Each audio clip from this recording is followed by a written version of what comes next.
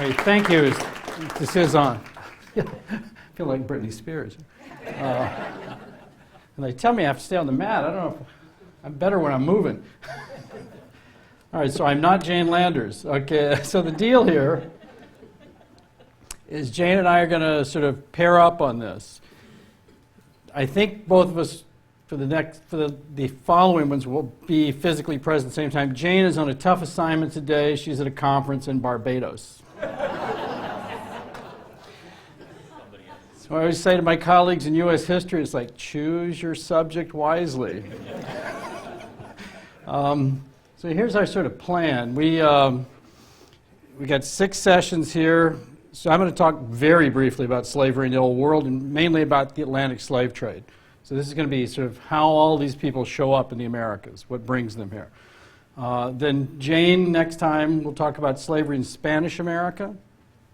And then the following session, I'll talk about Portuguese America, which after all is much more important because Brazil is the most important country in Latin America. Even if they named an Argentine the Pope. And I always thought God was a Brazilian. I don't know, how did this happen? So then Jane's going to come back and she'll talk about slavery in British America. And then we'll look at sort of Saint-Domingue, what now is Haiti, and the Haitian Revolution in the late 18th century. And then in the last session we'll come back and sort of say, okay, what do we learn from all this? All right, so that's the big picture. And I always say that it's always good to be back here, and this is true. It's true. He says, you guys look younger every time I come back. It's true.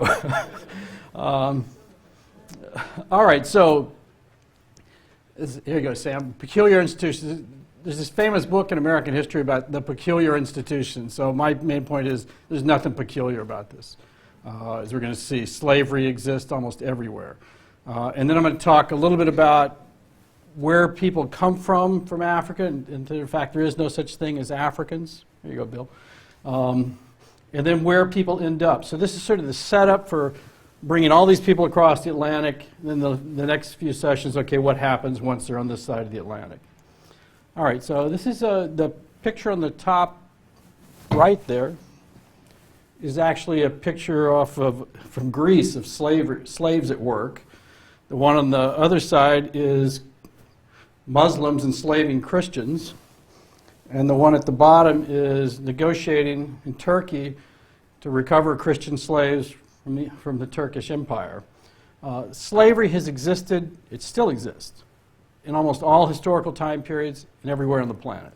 So what we're talking about over the next 6 weeks is the modern transatlantic slave trade in the Americas. Jane actually, I think, at the end of that little description for the Osher book, but this is not a course about antebellum America, which is one of her sort of pet peeves, because when people start talking about African America and slavery, they all think Gone with the Wind, right? And this is this few brief decades before the American Civil War, and as I'll show you here in a second, U.S. slavery for most of its history is small compared to what goes on in the rest of the Americas. It's only in that brief period before the Civil War that slavery in the Americas is the single largest slave system. So slavery exists all over the place. What's different about slavery is everybody has different notions of what it means to be a slave, what are slave regimes, what is legality, is this person property, are they not property, what does it mean if you say they're property. So in that sense, slavery is very different across the globe and across time periods. So the kind of slavery that exists in the Americas, even within the Americas, you see, this is one of the things Jane's built her career on, differences in the way in which slave systems work in a place like British North America versus a place like Brazil. But by and large, what you see is that slavery exists almost in all societies. And before the modern Atlantic slave trade starts, there are already slave networks shipping people out of the continent of Africa. And so what this map really shows you is in the medieval period, how there are already these networks, and these mirror the commercial networks that basically what today is sort of Saharan Africa and East Africa are already plugged into complex trading networks in the Indian Ocean and in the Mediterranean world. And it's not just slaves that are moving there, it's the gold that comes into Europe before the discovery of the Americas is largely coming out of West Africa across the Sahara. So these places in East Africa, long before the Europeans showed up, are already deeply connected across the Indian Ocean to places like India, Southeast Asia, and China. And northern Africa is already connected for centuries into the European world. But if you look, this is really big picture. If you look around the world and say 1490, all right, before Columbus, you would not guess at that point that it's the Europeans that are going to expand out and conquer the rest of the globe and dominate it for the next 500 years. What we're seeing end in our lifetime. So if you look around the world, there's this powerful China over there that's been organized and sophisticated for centuries, right? In what today is India, there's already a powerful series of empires emerging. There are a variety of empires across Africa, some which have risen and fallen already. In the Americas, you have this powerful Inca empire that's reaching its peak about the time the Spanish show up in the early 16th century. The Aztec empires emerged in the 15th century. So if you look around the world, there are plenty of imperial powers, lots of powerful polities that exist. So if you were to sort of place a bet in 1490 which one of these is going to expand out and dominate the rest of the globe, it would not have been clear it was going to be the Europeans. And I always joke, and it's only half a joke really, that the only reason Europe is a continent is because they named them all. I mean, look at it. It's just a peninsula that juts out from Asia. Right? So some guys sit around in Europe, they draw these maps, here's the known world, okay, we'll call this Asia, this is Africa, right? It's not even a continent. So when you look at the world in roughly 1490 and you're replacing bets, you wouldn't necessarily say it's going to be the Europeans. But what happens between about 1450 and about 1600 is it is the Europeans that expand across the entire globe. And it's led by the Portuguese and the Spanish first. Right? And this is what Columbus is. When he comes across the Atlantic, Columbus is really the sort of beginning of the sustained interaction across the Atlantic world. There are people that show up in the Americas long before Columbus. The Vikings are here. There are probably people come from Asia. There is no sustained back and forth. The reason Columbus is important, he initiates what is an irreversible and ongoing process of contact between the old world, Asia, Africa, Europe, which had long been connected and interacted, and the Americas, which had been completely isolated for thousands of years from the rest of the world.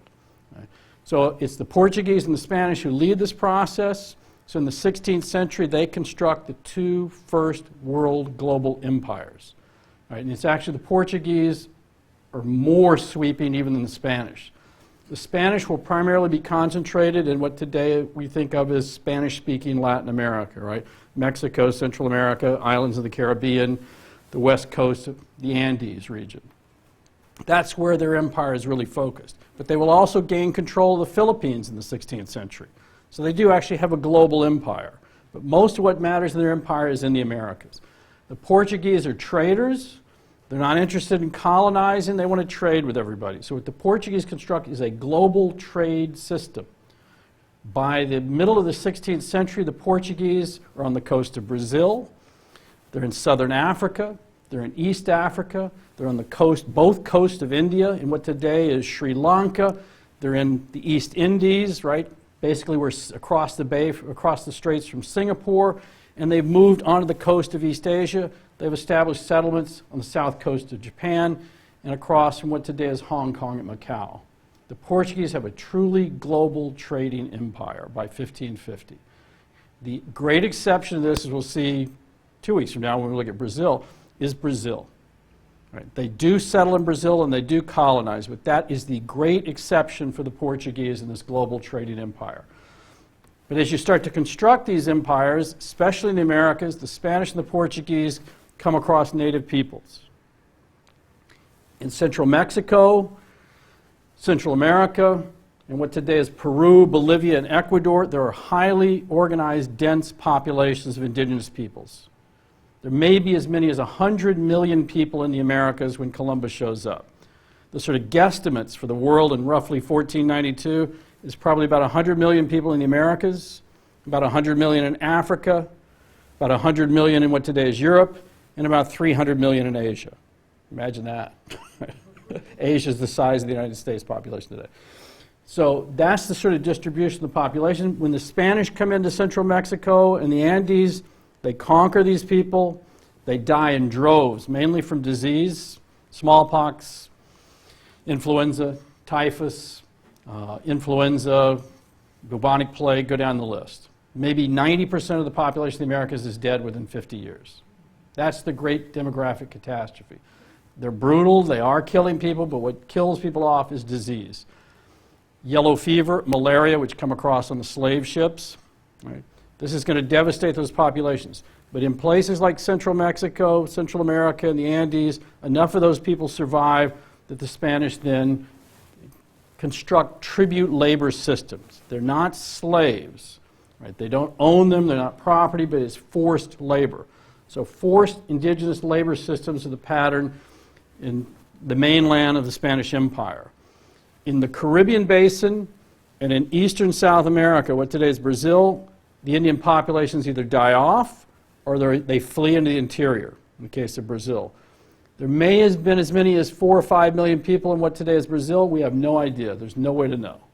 Right? We do know that the islands of the Caribbean were densely, densely populated. And by 1550, most of those people are dead. Right? So the transatlantic slave trade is driven by demand for labor. Right? The slave trade actually begins in the first documented shipment of slaves from sub-Saharan Africa, right, by the Europeans is in the 1440s from the coast of West Africa up to Portugal. We actually have a couple of incredible descriptions of as these guys get off the boats, and they're of all colors. Right? So what the Portuguese will employ, and to a lesser extent the Spanish, is bringing in sub-Saharan African slaves for about 40 or 50 years onto the Iberian Peninsula, mainly into Lisbon and into Seville. The estimate is the population of Lisbon in 1500, which is about 100,000 people, which makes it one of the 3 or 4 largest cities in Europe, is about 10% black. Right? So what you already have is a 50-year or so experience with African slaves in Spain and Portugal before the expansion across the Americas ever begins. So the slave trade at that point is up the coast of West Africa. And there's slaves in Portugal? There's slaves in Portugal and in Spain. So these are people who are legally, juridically enslaved, right? They're owned by Spaniards or Portuguese. So this is before the traffic actually begins across the Americas. Should these be household slaves? Most of them are employed in urban settings. It's not what we tend to think of in the Americas where most people are engaged in agricultural labor. So what you're going to get is, the important thing is there's an experience, right, before the explosion of the trade across the Atlantic. So that initial demand is a demand that's very small into those Iberian major cities. What's going to happen, what really touches off the massive transatlantic slave trade, is the rise of sugar plantations in Brazil. In the late 1560s and 1570s, the Portuguese began to plant sugar on the coast of northeastern Brazil, and it works beautifully. Right? The Portuguese have 100 years experience planting cane sugar in the islands of the Atlantic, Madeira, the Azores, the Canaries. Especially in Madeira, right? Once they strip Madeira of all its wood, right, which is where it gets its name, you got to figure out what do you do with this place. So on a very small scale, they start planting cane sugar. It's the Genoese who teach them how to do this. How do you organize this? How do you cultivate it? How do you extract the sugar? They don't have enough labor, so they start bringing black Africans across as slaves into these little islands. So for decades, before Brazil takes off, for over 100 years, the Portuguese have like a laboratory. Right? They're producing cane sugar. They're using African slave labor on a very small scale. This is the prototype. So in the 1560s and 1570s, when they start to plant this cane sugar on the coast of northeastern Brazil, they use the same technology, the same business practices, and they start to bring across African slaves. At first, they don't want to do this. The logical thing to do is to enslave the Indians. But the Indians resist, they die, they fight back, it's not viable. So they give up on this. Here's a Vanderbilt side. The first book about this in English is actually written by Alexander Marchand, who taught at Vanderbilt for 30 years, right, from the late 40s to the late 1970s, called From Barter to Slavery. And he tracks, it's his dissertation, which becomes, it tracks this process of how the Portuguese try and exchange goods, right? We give you axes and bullets and gunpowder. Will you come work for us? And then pretty soon they keep up in the ante. And then finally they say, no, that's not enough. So finally they have to engage in enslaving the Indians. The Indians die, resist, flee. It's unviolent. So what do? You bring in these expensive African slaves, but as you bring more and more of them, it becomes cheaper and more viable. So the transatlantic slave trade really takes off after about 1570 around Brazilian sugar plantations. And so Brazil becomes the first great sugar plantation of the world. Were any Africans that had lived in Portugal, were they brought to the island and Brazil to help with the others? Some come across, Jane will talk about this, I'm sure, when she talks to Spanish America. In the conquest of the Americas, there are blacks, both slave and free, who participate in that conquest. I'm sure she'll mention Juan Garrido is this black who is with Cortez as they march into central Mexico and conquer the Aztecs. And so in these Aztec drawings, there are all these Spanish and this black guy. Right? One of the more famous episodes is Cabeza de Vaca, who wanders across Texas and northern Mexico in the 1520s and 1530s. One of the guys with him is Estebanico, who is a slave, who's been brought across with them. So what's taking place is some of those are coming across, but largely as people who are already part of the conquest infrastructure as opposed to bringing them across as labor. Right? Because it's much, the basic pattern is why ship Portuguese and Spanish peasants across the Atlantic, drain your own labor force that you're exploiting, right? To build a new world. No, we need to find an alternative source of labor. So if it's not Indians, it's going to be these Africans. Did they already have established camps, so to speak, where they got these slaves? And was there like a community they knew? What begins to take place, if you look on this map at those places that are slightly shaded red in West Africa, this is where the Portuguese and the Spanish begin to establish footholds. They establish trading posts. By the 1480s, the Portuguese have gotten as far as what today is Angola. And at the end of the 1480s, they finally enter the Indian Ocean. The most, as you'll see here in a second, the most important region is what today is roughly Benin, Ghana, Nigeria, Cameroon. That sort of arc is where they're going to be. This is where, I actually got a picture here in a second, where they're most set up. So by the time this takes off in the 1560s to 1570s, they have small settlements and outposts that are staging areas for loading people up and taking them across the Atlantic. What the Brazilian sugar explosion does is massively accelerate this process. But what the important thing is that they've got decades and decades of small-scale experience with this. What Brazil does is elevate. And so the slave traffic goes like this. Right? And the basic pattern you'll see here in a second on the slave trade is it's going to continue to rise in the global transatlantic slave trade until the 18th century. And then at the end of the 18th century, few people in places like England start going, you know, this is probably immoral. We shouldn't be doing this. Interestingly enough, the Quakers, have you guys seen this movie, Amazing Grace? Right. Well, I mean, this is sort of looking at this. They suddenly go, wait, should we be doing this? So slowly but surely they get this movement to stop the transatlantic slave trade and then eventually stop slavery itself. But it's really not until the 18th century that anybody in Europe goes, you know, maybe this is not moral. So the pattern is it rises and rises, and then in the late 18th century, what you see in that movie is they say, no, we got to stop this. And so the global pattern is after about 1800, the trade continually declines. It's abolished throughout. What you're seeing in that movie is in the 1830s, in 1807, 1808, it ends in British colonies in British North America, the traffic. It doesn't end in Brazil until 1850. And it doesn't really end in Cuba until about the 1870s. So when people track the flow, they'll say the transatlantic slave trade in the Americas is roughly 1500 to about 1870.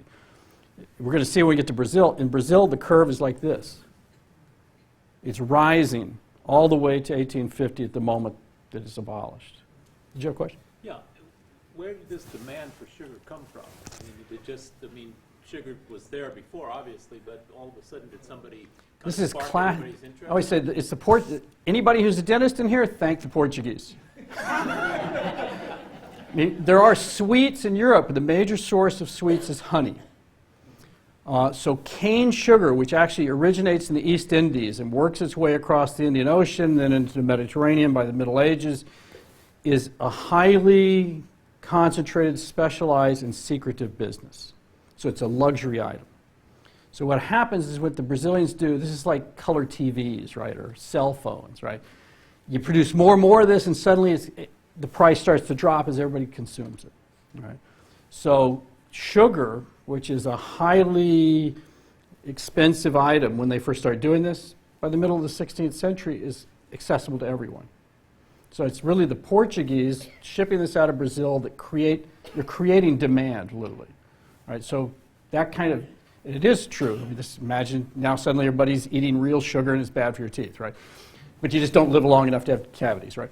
So basically what's happening is they're creating demand. So cane sugar production coming across the Atlantic, really, you're creating demand as you're producing.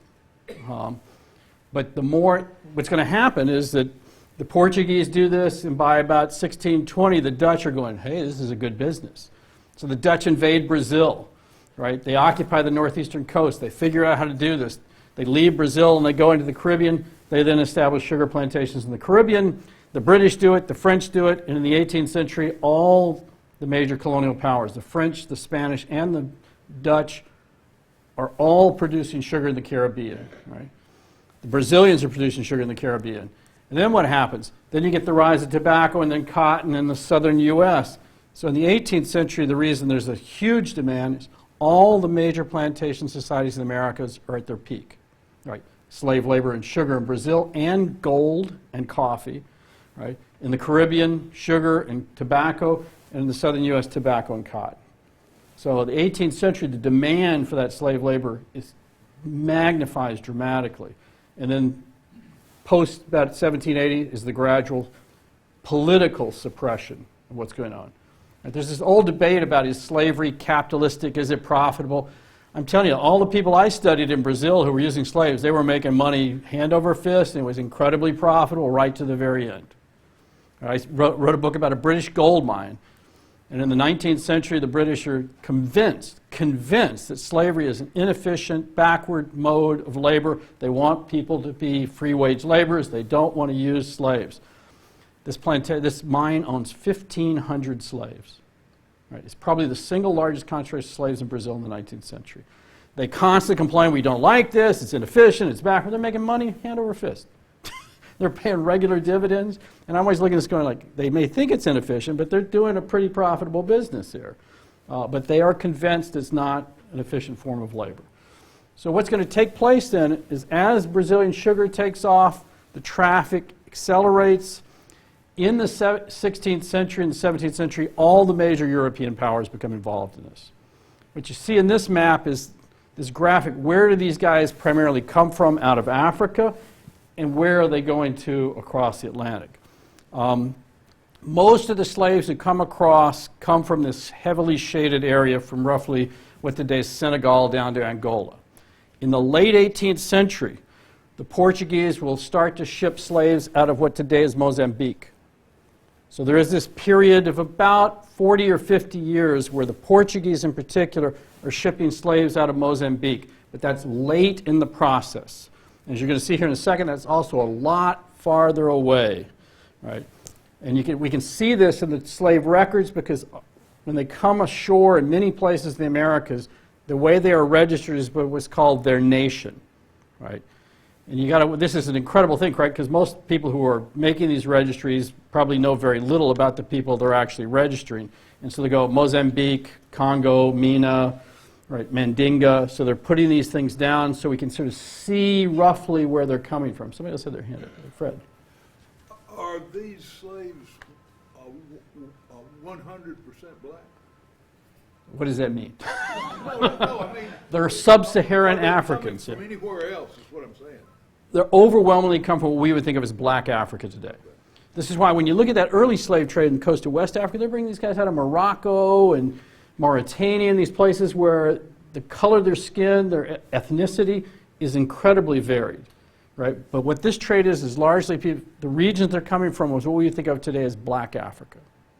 Well, as you said, in earlier days there had been white slaves. Well, this is why I think the interesting thing is that anybody can be enslaved, right? Anywhere. So what you have to construct is your rationale for what makes it possible for you to enslave peoples. When they come across the native peoples in the Americas, they have a debate. The Spanish have a debate. Are these people, are these humans? Right.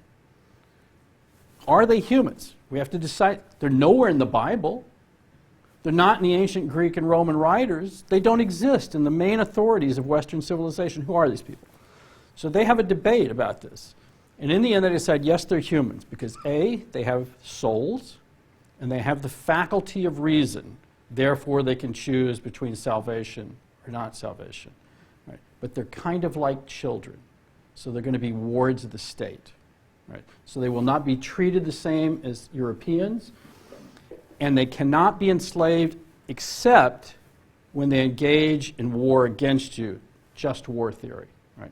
So if they resist, they fight back, then you're allowed to enslave them. What happens in the Americas is the number of Indians who are enslaved in that sort of sense, is owned chattel, are very rare. The larger picture of Indians in the Americas is forced Indian labor. Have you guys seen the movie The Mission? Yes. Yeah, Robert De Niro, the Jesuit. It's like, God, you talking to me? Hey, we got a Jesuit pope. Oh my God, I can't believe this. That's what Robert De Niro is doing in that movie at the beginning. He's going out, enslaving Indians, bringing them back. And so in that case, you've got all kinds of ethnic groups, indigenous peoples who are being enslaved, but ultimately decide this is too much trouble, they die off, it doesn't work, we're going to use Africans. So in that sense, there are slaves all over the Americas who are not black, but the vast majority of people who are living in slavery are people of sub-Saharan African origin. Paul? Was there something about the African culture that made them better slaves? This is interesting. When you look at those nations, there are perceptions by different Europeans over the qualities of the people they're picking up. Right? These guys are more combative and uncooperative. These guys are more docile. These guys are better at gold mining. These people are better at agriculture. So they have perceptions of that. And sometimes there's a reality to this. If you get people out of West African areas where there is gold mining, there's a chance you get somebody who actually has that knowledge, right? Panning for gold. So there is a perception by the enslavers themselves, especially as time goes by, over which kind of African peoples they would like based on those perceptions. Were the Africans less susceptible to European diseases than the indigenous Americans? Well, this is, yes, because this is Africa, Asia, and Europe had trade going on for thousands of years. So anything that has emerged has been passed around. So smallpox has been shared, right? Influenza has been shared. All these things have been passed around so that when they come across the Americas, in the Americas, none of these people have ever been exposed to this. So Europeans and Africans still die from smallpox. They still die from it, but in small numbers, right? They've developed levels of immunity. Indigenous peoples in the Americas have zero immunity. So quite literally, entire villages just die, right? Because you have no immunity. This still exists to some extent. There's certain indigenous peoples in the Amazon who have been isolated enough, even now, right, that when they come into contact with certain outside diseases, they still are much more susceptible to die than you or I are.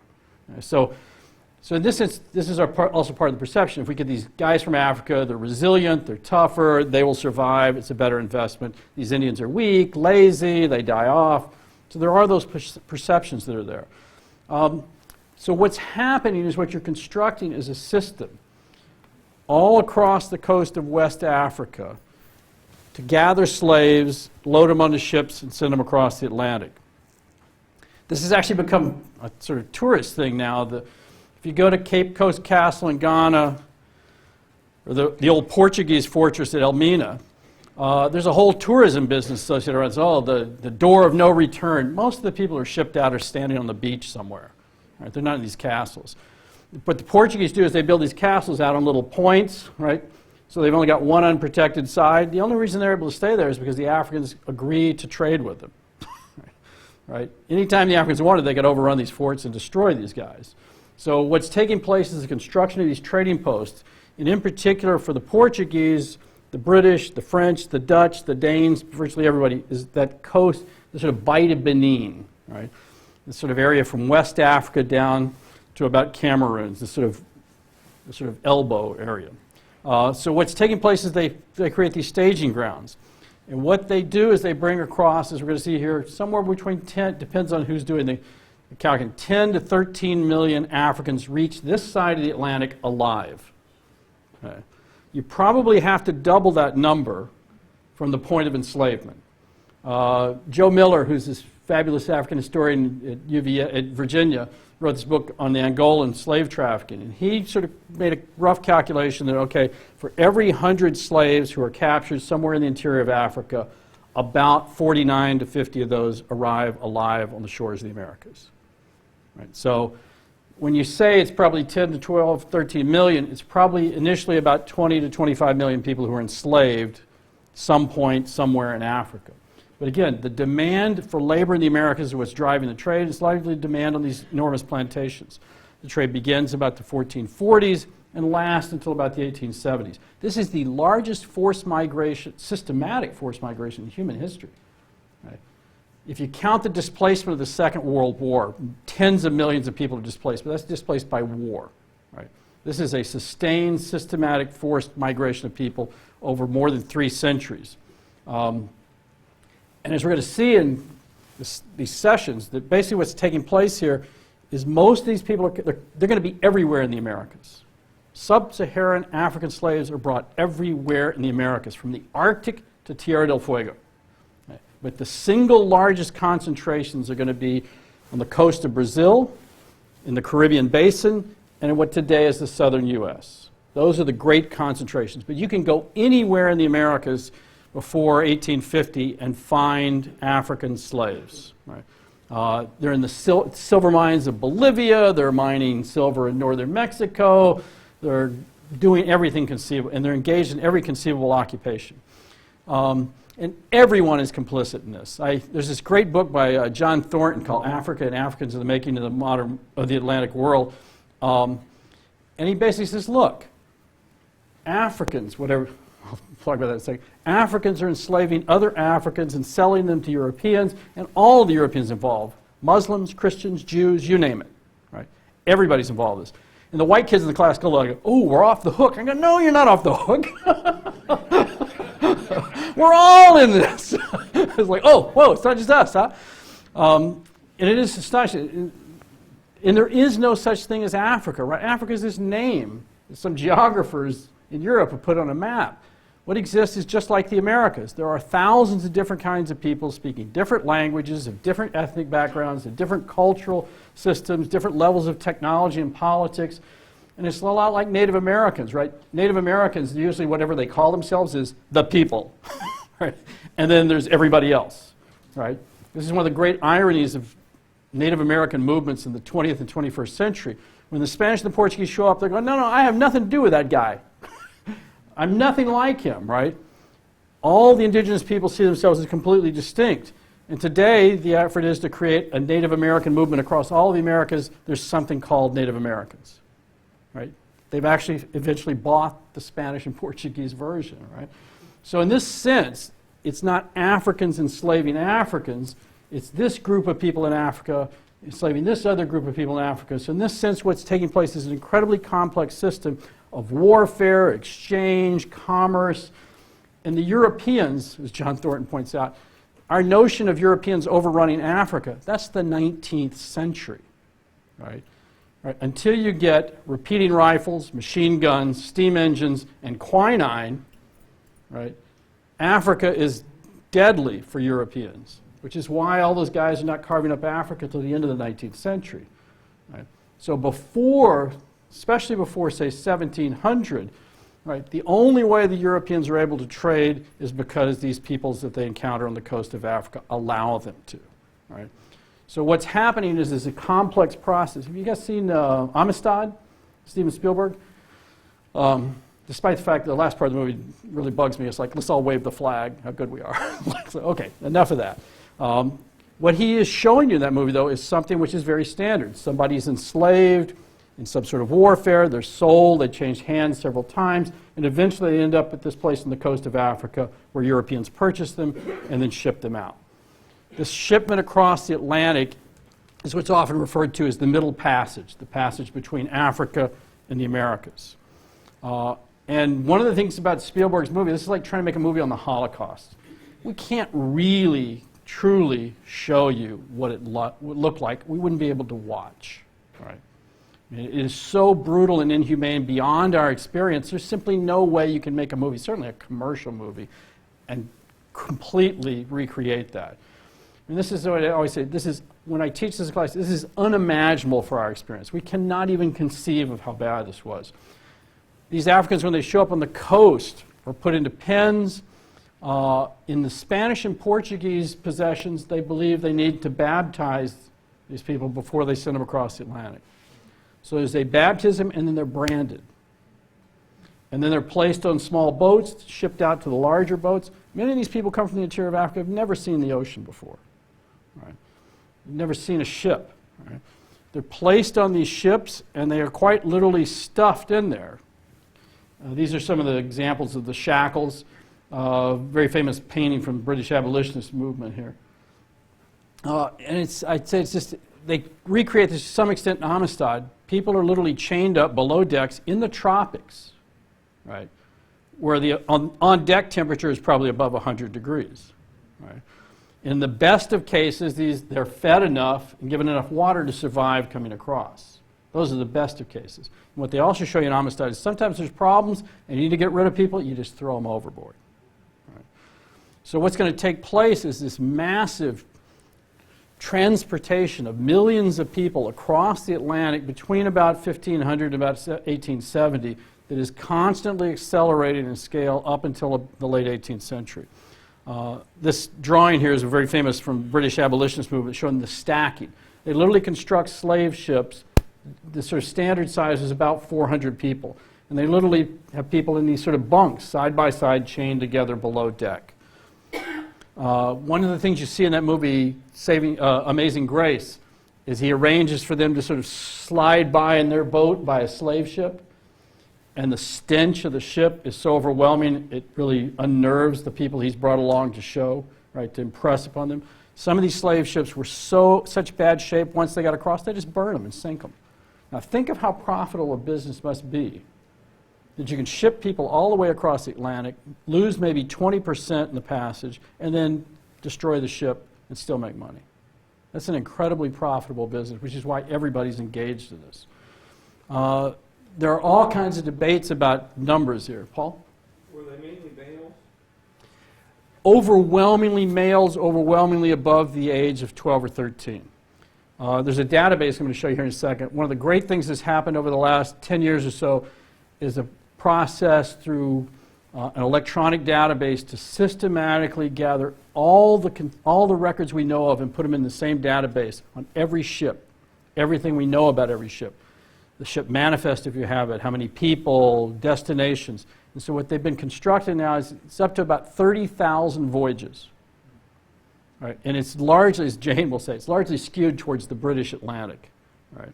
Most of the trade in Spanish and Portuguese territories is still not in there yet. But the standard view of this is that most are males, which probably means above about the age of 12. But what they're finding in a lot of these databases now, increasing their larger than anticipated numbers of children and women on board the ships. But the usual bias is that they wanted people for hard agricultural labor, therefore they're looking for males. But my guess is once this database is fully constructed, they're going to start to see patterns there in male-female ratios and age that they hadn't suspected before. These are sort of rounded estimates. There's actually a plaque on the state capitol grounds which has 100 million on it. It's like they didn't consult the historian when they put that plaque up, I'm sure. Best estimates is somewhere between 10, 12, 13, 14 million people. The numbers are getting more towards 12 or 13 million with this database as you start to say, here we actually have all the records we know of, let's get a better sense of this. But this shows you the kind of process. In the 16th century, about 750,000 slaves come across the Atlantic. This is just as Brazil's starting to take off. In the 17th century, that has tripled, right, because now the Caribbean's starting to come into play. In the 18th century, the number nearly triples again. Right? So most of the slaves that come across the Atlantic come across in the 18th century, most of those on British ships. Right? And it's then the British who decided to stop doing this. In the 19th century, it only goes, most of the traffic is over by 1850 when the Brazilians abolished the slave traffic into Brazil. But there are still people coming in the 1860s and 1850s, 1860s. So you're really looking at about a half a century there. So they still brought, if you'd have doubled that number, right, it'd be about 5 million people had it gone on throughout the 19th century. So it's probably somewhere around 12 or 13 million people. And again, you have to figure that the mortality rate getting there was probably about 50%. Okay, so this trip is from Africa to the Americas, largely from Western Africa. The typical voyage from West Africa to a place like Brazil or the Caribbean is 3 to 4 weeks. Assuming everything works okay, no storms, you got wind. From Mozambique to Brazil, it was 8 to 10 weeks, which meant that you were more likely to have a problem with higher mortality rates, accidents.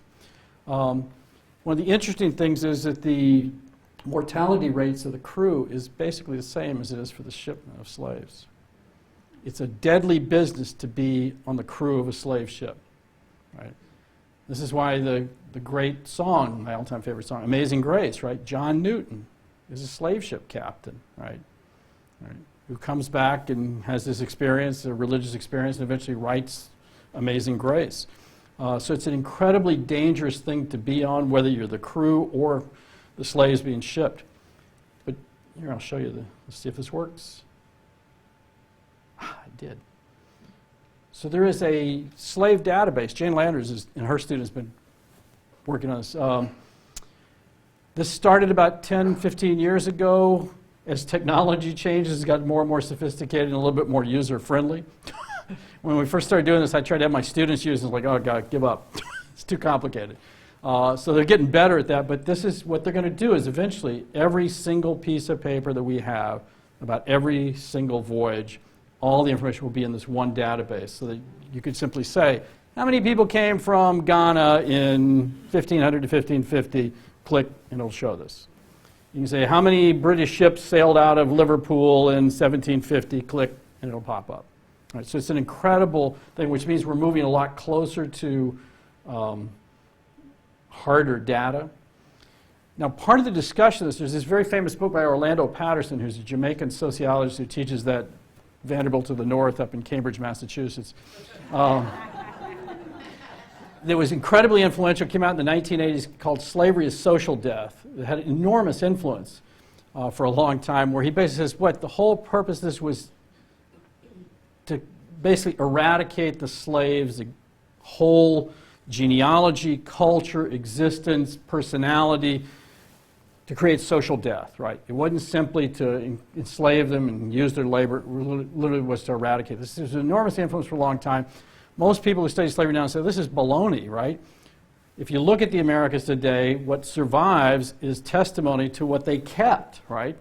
To the things they kept in their head, the culture they held on to, all those values, the things they loved, the things they tried to reconstruct once they got to this side of the America. So the emphasis now tends to be on what was it that people hung on to, right? What did they keep? And what Jane, and no doubt will talk about, since this is her specialty, is what's called creolization, which is a controversy. She gets a lot of flack about this because people use this term in different ways. But the emphasis is on the plasticity of people, right? The people that she's going to talk about, one of the great things about her work is she has real individuals that she's reconstructed their lives. So it's not just talking about numbers or stereotypes or generics, right? She's talking about real people that she's managed to construct their lives. And they really are transatlantic people. Right, people who start out in Africa, work in the Caribbean, end up fighting the American Revolution, then the Haitian Revolution, then ended up in Spanish Florida. She's reconstructed their lives, and what you see is these people are incredibly plastic.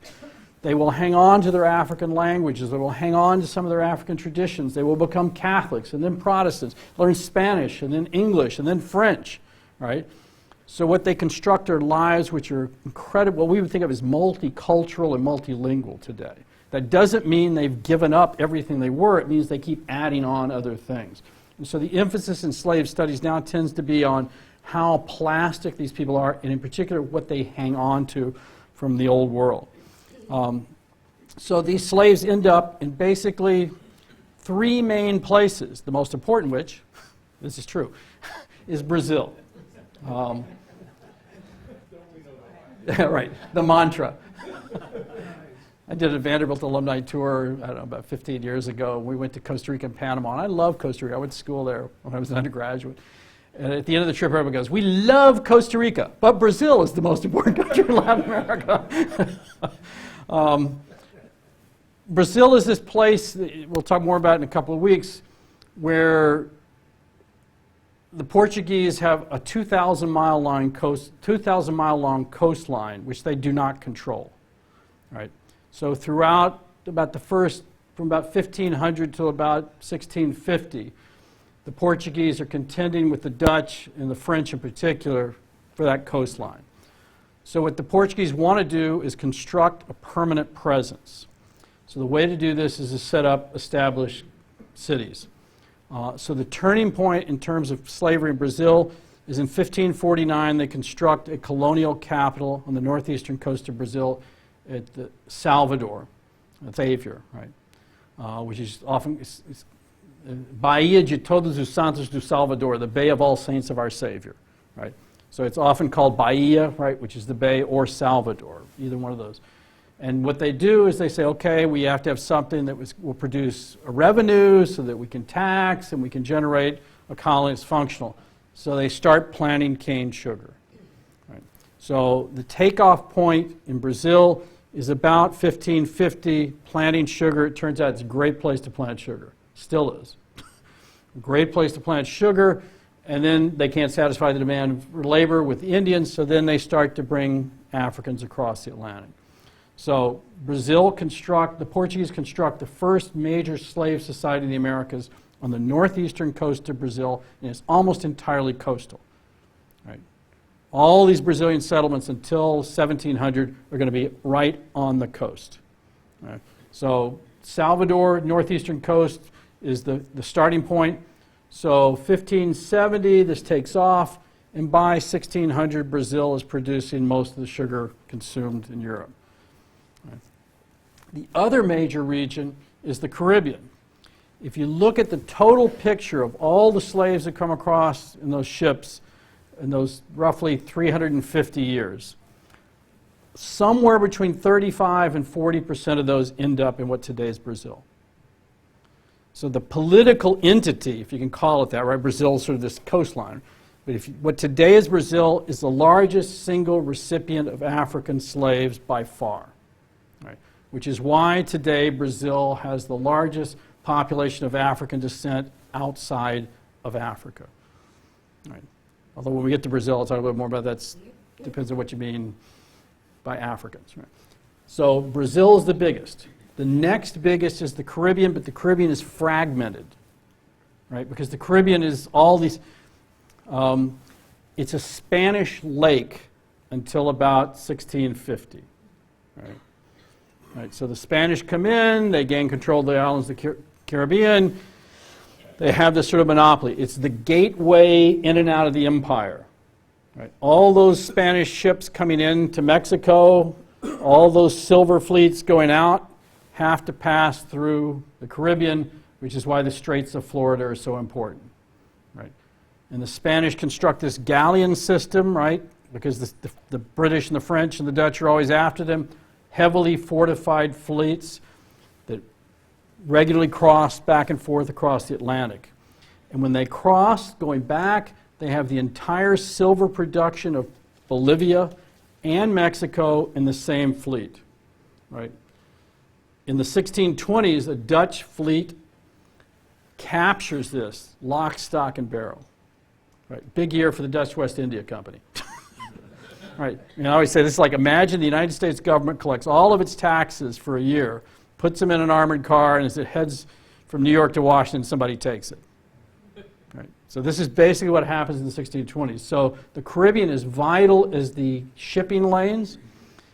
By 1600, the Dutch Republic has emerged. The Dutch will become the great naval power on the planet in the first half of the 17th century. And by about 1650, the British have emerged as their challengers. So the 17th century is the story of a global war between the Dutch and the British on all oceans, that eventually the English win. Right? This is bad news for the Spanish. Right? So in the 1600s, right, the Dutch, the French, and the British start to come into the Caribbean and seize territory. Right? It's Pirates of the Caribbean. Right? This is it. This is where you get it. Right? Initially, these guys who were like mercenaries, and they're just, oh no, he's ours. Francis Drake, yes, he's one of ours. Okay, he's a good guy. Right? So what you start to see, so all that stuff about Pirates of the Caribbean, that's the 17th century. Right? So the French will grab control of the west end of Hispaniola, which today is Haiti. Right? They'll grab other territories in the islands of the Caribbean. The British will come in. They will seize Jamaica in the 1650s. So what you see when you look at the Caribbean today is the legacy of the 17th century. Right? That polyglot, English, Dutch, French, Spanish-speaking Caribbean, that's from the 17th century. And so after about 1650 then, what you've got is all of these European powers, everybody, even if they only got a tiny little place like Aruba and Curacao. Right? All of them are there. And so after about 1650 then, you start to see sugar, tobacco, dyes being produced in the islands of the Caribbean and shipped across the Atlantic. We'll talk about this more when we get to Saint-Domingue. The richest place, the richest colony in the world in 1750 is what today is Haiti. Right? Most of what France is making in money is coming out of trade with what's called Saint-Domingue. Right? So these are incredibly lucrative, productive operations. When the Haitian revolt breaks out in the 1790s, there are about 450,000 people in what today is Haiti. 400,000 of those are slaves. And most of those 400,000 were born in Africa, right, and have made the trip across, right. So this is an enormous diaspora of African peoples all across the Caribbean basin. So this is why when you go to the Caribbean today, right, and you see it ethnically, this is the legacy of the 17th century, right, of all these imperial powers. And so what you will see there then is it's about another 35–40% of the total, but it's dispersed among lots of different political entities. So Brazil, Caribbean, those two zones are most of the slaves who come to the Americas by far, those two zones. The smallest of the major plantation slave societies in the Americas is here. Smallest. Okay. British North America, it takes off late. I'd love to say this. It's like Jamestown, God, 1609. It's like the Spanish have been in Mexico City for 100 years. Right?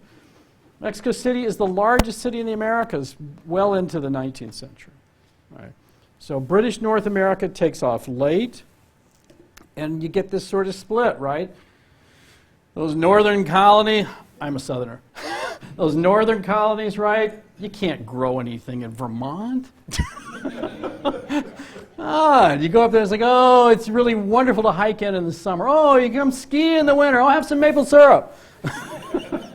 There's nothing there, right?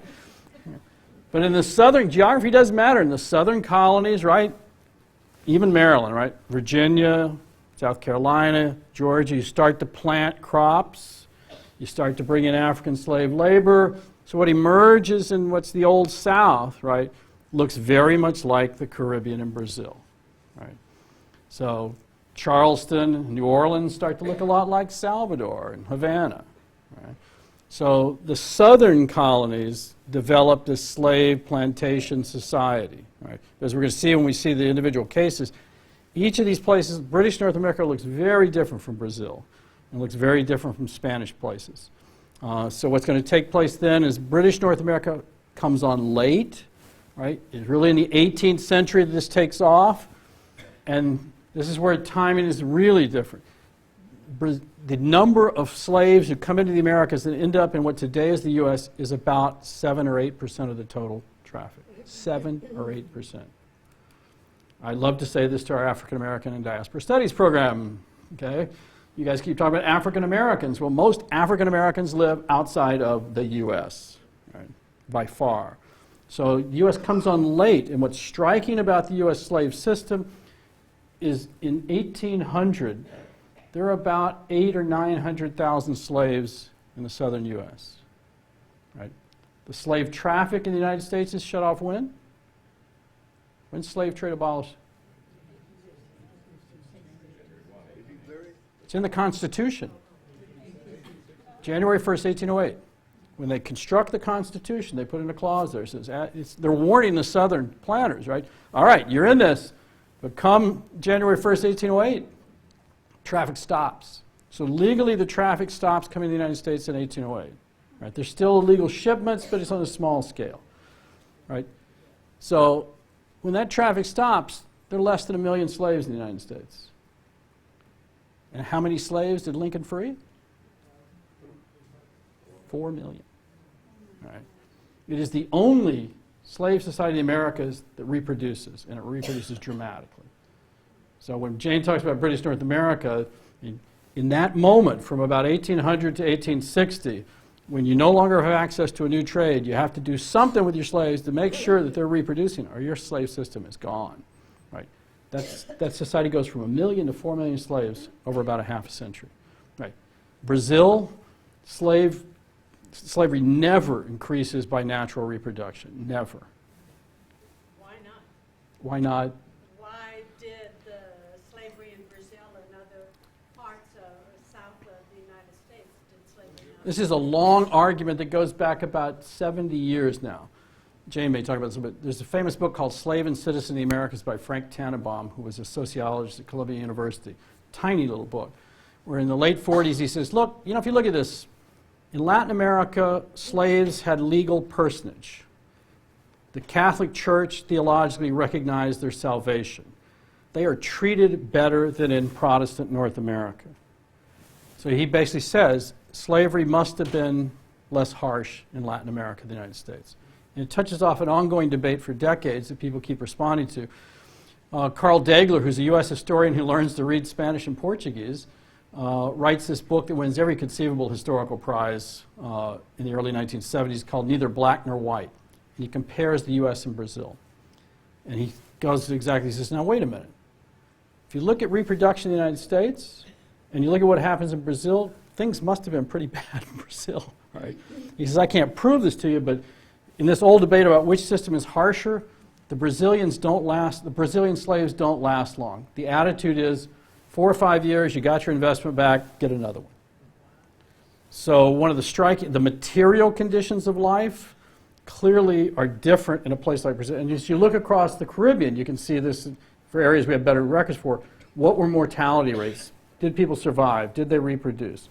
And this is clearly what happens in the United States is slave planters know their system cannot survive unless they have at least enough conditions for people to reproduce and survive.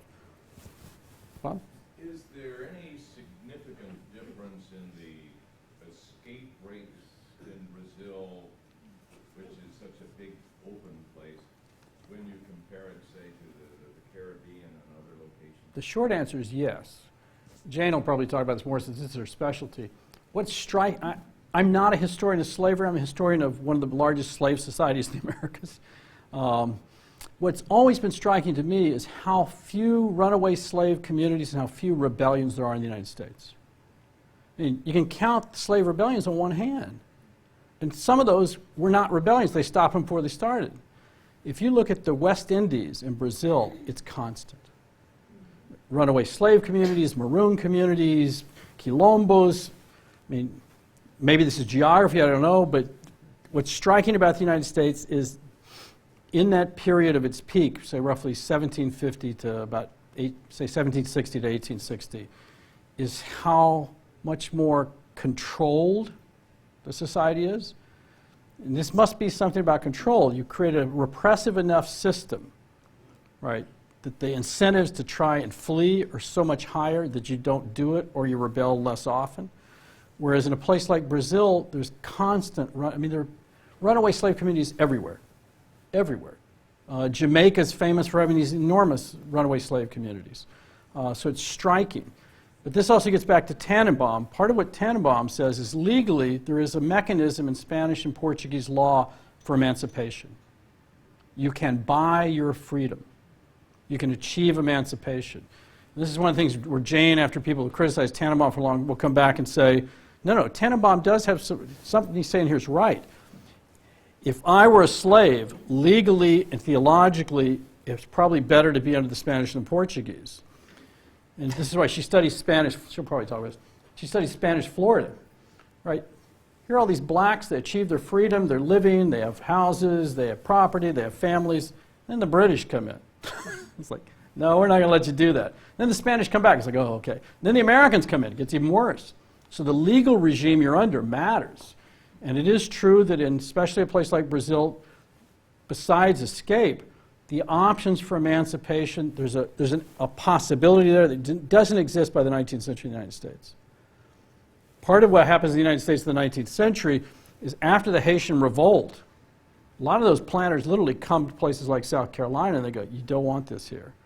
The slave system becomes more rigid, more repressive, more controlled in the U.S. after 1800.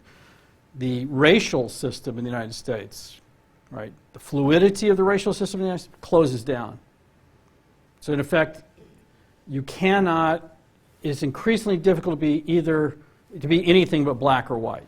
And if you're black, you're a slave. The percentage of blacks who are free in the South in 1860 is 2%, which means that black and slave is synonymous. Right? What they construct in the first half of the 1960s is an increasingly rigid legal regime, making it harder and harder. You can't even free your slaves many times if you want to. Right? So they make it more and more difficult to do that. Whereas in a place like Brazil or Cuba, especially Brazil, the options are there. It's limited, but the possibility is there. So Tannenbaum's right that legally, but in terms of, if you just look at material conditions of life, the Portuguese attitude is like, get 4 or 5 years out of them and we're fine. Okay? So British North America, point here is that it's, in the larger picture of things, the slave trade is a tiny percentage compared to the Caribbean and Brazil. It's late starting, but from about 1810 to 1865, it is the largest slave society in the Americas. Right? It reaches 4 million. This is the point at which the Brazilian population is declining. Right? Brazil, the number of slaves in Brazil after 1850, the slave traffic stopped in Brazil in 1850. No new slaves come in. So what you're seeing from 1850 until Brazil abolishes slavery, the last country in the Americas to abolish slavery is Brazil in 1888. So over those 4 decades, the population of slaves is declining because they're dying or they're achieving their emancipation. So when slavery ends in Brazil in 1888, there are about 700,000 people still in slavery. At the beginning of the century, there were 1.5 million. Question? Were you saying that no more slave ships came to American soil after 1808? Not legally. This is what the Amistad case is, right? In the Amistad case, basically, here the ship shows up in Connecticut. What do we do with these guys? Right. It's illegal. They've been obtained. So there's this huge court case, right, that says, can we in fact give them back to the guys that say they own them? Do we let them stay here? Can they be enslaved? So it goes all the way to the Supreme Court over what do you do with this illegal shipment of slaves comes in. Paul Jova. What happened to the Brazilian economy as a slave trade? They bring in Europeans. Is basically what happens. As the planters start to see by the 1860s, 1870s that slavery's, I mean, they really think the days are numbered in the sense that it's going to be the 1920s or something before it happens, right? The Brazilians take a very conservative approach to abolishing slavery, and then they're forced to move into dramatic. They abolish the trade in 1850, so you can't get new people coming in. Then in the early 1870s, they say any child born to a slave will become free at the age of 21. All right. So if you were a woman in childbearing years in 1870, right, you might give birth to a child in, say, 1900, and that child would not be free until 1921. Right? So that's a very conservative way, so let's let it sort of slowly end. In 1887, 1888, slaves start to leave the plantation in huge numbers. They vote with their feet. And the crisis gets bigger and bigger, and they basically turn to the army and say, stop this. The army says, we're not slave hunters. So the Brazilian parliament essentially has 2 choices. Either they face anarchy, or they abolish slavery. So they get together and go, oh, this is not a good idea, let's abolish slavery. They issue a decree and slavery's over. So they present it as sort of this is this magnanimous gesture. The fact is the society's collapsing around them. They've lost control. And it's the slaves themselves who have forced the issue. So what's happening as this takes place is the planters, they're moving toward, this is where Brazil becomes a coffee economy. Right? My wife is a huge coffee drinker. Brazilian coffee, I shouldn't say this, but Brazilian coffee is not good coffee. Unless you really like really strong espresso. Brazilian coffee is still like 40% of the world's production, still the world's largest coffee producer. But it tends to be mixed with other things. Right? My wife loves Costa Rican coffee. So whenever I want to keep her happy, I order more Costa Rican coffee. So that coffee production, you guys take for granted now that coffee is easily there. That's a legacy of the early 19th century. Coffee is probably out of the Horn of Africa or the Arabian Peninsula originally. It's transplanted into South America in the late 18th century, and it starts to be exported from Costa Rica and from Brazil in the 1820s. So by 1840, coffee has become Brazil's largest export. And in the 19th century, it's coffee exports and the taxes on those exports that generate the revenue for the Brazilian government. Brazil never runs a deficit in the 19th century because it has this coffee is continually expanding its exports. They're creating more demand. Right? Don't drink that tea! Drink coffee! So as they see this, now they need not slaves or workers for the sugar plantations in the Northeast. The coffee is initially around Rio and then around Sao Paulo. So now they need workers for the southeast of Brazil. So they go, what they really want is those really white Europeans, Germans. They always want the Germans, right? If they won't come, so it's okay, we'll take the Italians and the Spanish. Right, so there's a massive wave of Italians and Spaniards. As all those guys show up in New York and Philadelphia and Boston, some of them come down to Sao Paulo, Montevideo, and especially to Buenos Aires. Look at the Pope. Right? Yeah, Che! I mean, basically Argentina is resettled by Spaniards and Italians in the late 19th century. And so what replaces slave labor is largely Italian and Spanish labor coming in between about 1880 and 1920. Same phase in the United States when that wave comes across. Then I assume coffee is not the same kind of crop as you actually use. No, that's what they're using slaves. Yeah, this is, again, part of my argument. Slavery can be profitable. You can make money off coffee, sugar, gold mining, you name it. Yeah. But a lot of these people that came in after the slaves, the white Europeans, they came in to do servitude. They weren't slaves, they didn't come for labor, they didn't come to get a job. They did servitude. Yeah, well, typically what happens is you sign some labor contract, right, in a place like Barcelona, right, or Seville, or Naples, right, and you come across. The hard thing they have is channeling these guys to the right places. Make sure your guys with your labor agent show up in Sao Paulo and show up in your plantation. So what Sao Paulo constructs is this enormous infrastructure. It's kind of like Ellis Island, right? A receiving place, a processing house, the hostels where you stay, and then you go to the plantation. Here's a little sidelight. After 1908, it's the Japanese. But the Japanese, in my unsophisticated world, finally learned it was Okinawans primarily. All right. So these guys come in between 1908 and 1940. The largest single population of Japanese descent outside Japan is in Brazil, largely around Sao Paulo. They come in, they come to the coffee plantations, they have all these contracts. First chance they get, they're in the city. They do not stay on the... So what people do is they as quickly as possible do whatever their labor is and leave the plantation, move to the city. But they even had it in Puerto Rico because in Puerto Rico they settled after Napoleon left. They had this little city called Corsica. That's where I have a house. Yeah. They're all French because my family's French. Yeah. So they came in to do servitude. Wow. Somebody else had a... Mary Pat. I did it. Actually, I have a question about the other end of it, the recruitment end in Africa along the coast. And the Africans who were complicit. I have a couple of questions. One is, whom did they capture? Were were they rival ethnic groups or tribes, or were they just people in their own communities that they? All of the above. All the above? So I mean, this is why I say this is why it's so complex. It's not as though there's a single kind of system and group doing this. So that, I mean, sometimes people are in debt servitude, right? Sometimes people are captured in warfare. Some people just kidnapped. Sometimes it's rivalries. But typically the process is somewhere in the interior, you capture somebody and then you sell them. So people pass through intermediaries before they ever show up on the coast. So the survivors who reach someplace like Elmina, right, have probably passed through several hands before they get there.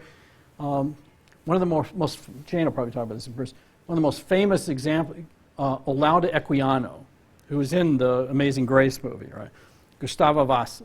There's this huge ongoing debate of, he comes from a region in West Africa, he talks about being captured. There's this huge debate because this guy at the University of Maryland says he's found documents that the guy was actually born in South Carolina, right? So there's this whole debate over this, but the story he tells in his narrative, which is the most famous of all these slave narratives, is about basically this rivalry. He's captured, he's sold off. So they come in all different forms and fashion. That's why, again, these are rivalries, wars, debts, commerce among lots of different kinds of people in many, many different places. The end result is they're being funneled into the coast. But this is where demand comes back in, right? What feeds this is they know there's a system where they can sell people and make a profit. That doesn't exist before, say, 1450.